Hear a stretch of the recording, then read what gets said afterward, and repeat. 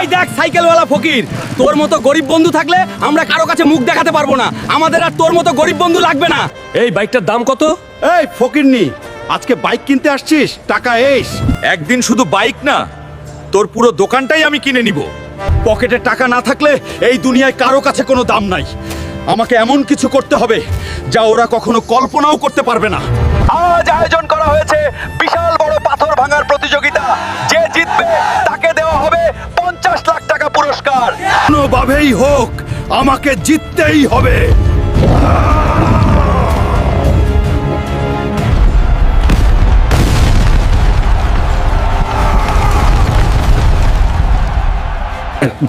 এই নাও তোমার 50 লাখ টাকার পুরস্কার।